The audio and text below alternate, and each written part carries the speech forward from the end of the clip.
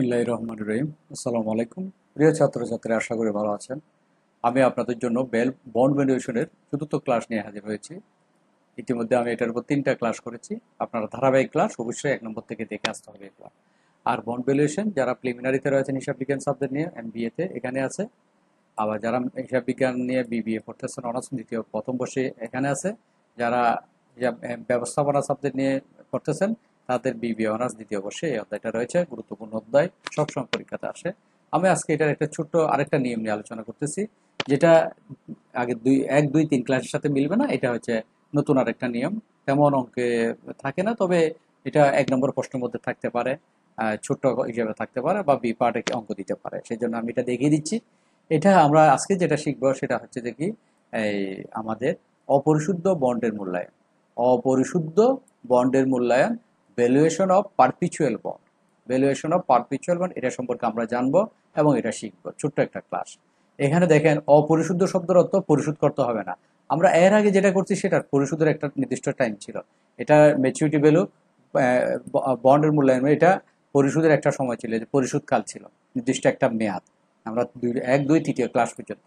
আর এটা অপরিশুদ্ধ শব্দের অর্থ এটা পরিশোধ করতে হবে না, এটা কোনো নির্দিষ্ট মেয়াদ থাকবে না।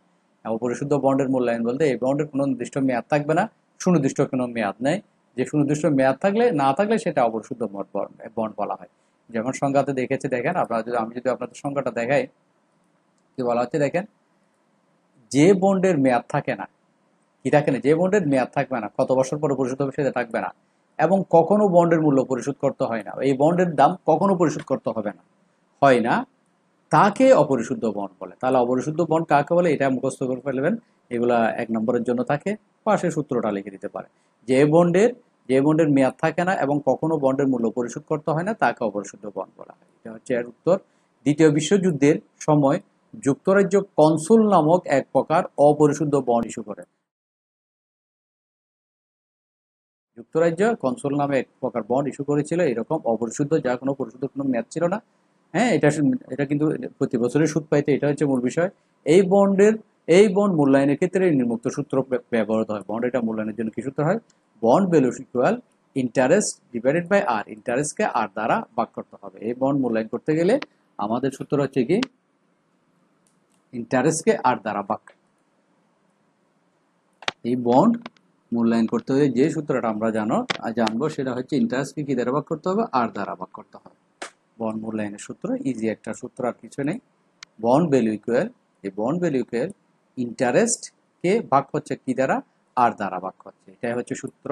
ইন্টারেস্ট আমরা জানি, ইন্টারেস্ট মানে টোটাল ইন্টারেস্ট, কত ইন্টারেস্ট মোট দিচ্ছে সেটা আমরা কোয়েশ্চেন থেকে খুঁজে বের করব। আর মানে এটা ডিসকাউন্ট না, এটা হচ্ছে ইন্টারেস্ট রেটটা, এটা রেট কত সেটা বের করতে, interest rate, discount rate, interest rate আমরা যেটা জানি সেটাই। এই দুইটা বিষয় জানার পরে ইন্টারেস্টকে আর দ্বারা ভাগ করলে উত্তর বের হয়ে যায়। যেমন দেখেন এক্সাম্পল 2-তে, Rafiq is considering a bond in Rupali bank. Rafiq Rupali bank থেকে একটি ব্যাংক ক্রয় করেছে। Paying 100 taka interest per year put it in, মানে প্রত্যেক বছর 100 টাকা করে ইন্টারেস্ট রূপালী ব্যাংক ইন্টারেস্ট দেয় পার ইয়ার, প্রতি বছর 100 টাকা সুদ দেয়। ইন্টারেস্ট রেট ইজ 10%, সুদের হার কত percent? 10%। Compute the value of bond, বন্ডের মূল্যায়ন নির্ণয় করো। Compute the value of bond, এই বন্ডের মূল্যায়ন করো। তাহলে এটা সূত্র কি দিয়েছে দেখেন, বন্ড ভ্যালু সমান আমাদের সুদের পরিমাণ কত? 100 টাকা। এই যে কোয়েশ্চেনে ছিল 100 টাকা, 100, এই 100, তারপর সূত্র অনুযায়ী ভাগ, আর এর মান হচ্ছে 10%। 10% সমান আমরা ইতিমধ্যে জানিছি 10কে 100 দিয়ে ভাগ করলে 0.10, তাহলে 10কে 100 দিয়ে ভাগ করলে 1000 টাকা। এটাই হচ্ছে এটার উত্তর। তাহলে আমরা এখানে যদি দেখি 10% শব্দের অর্থ হচ্ছে, দেখি 10% সমান, আপনারা ক্যালকুলেটরকে 10 ভাগ চিহ্ন 100, 10কে 100 দিয়ে ভাগ করলে 0.10 বের হয়ে যাবে, 0.10 এটা বের হয়ে যাবে। তাহলে 0.10, 100কে 0.10 দ্বারা ভাগ করলে এই ফলাফলটা আমরা পেয়ে গেলাম, 1000 টাকাটা পেয়ে গেলাম। এটাই হচ্ছে মূলত বন্ড ভ্যালু, ছোট একটা অঙ্ক, যেটা অপরিশোধিত বন্ড। তাহলে যে বন্ডের কোনো সুনির্দিষ্ট মেয়াদ থাকে না এবং কখনো পরিশোধ করতে হয় না, সেটাকে অপরিশুদ্ধ বন্ড বলা হয়। এবং এটা দ্বিতীয় বিশ্বযুদ্ধের সময় যুক্তরাজ্য কনসোল নামক এক প্রকার অপরিশুদ্ধ বন্ড ইস্যু করে, এবং এই বন্ড ভ্যালু বের করার সূত্র হচ্ছে এটাই, ইন্টারেস্ট কার্ড দিয়ে ভাগ। আমরা একটা এক্সাম্পল দিয়ে জিনিসটা দেখিয়ে দিলাম, ছোট্ট একটা অঙ্ক, আশা করি করে ফেলবেন। ওকে, আল্লাহ হাফেজ।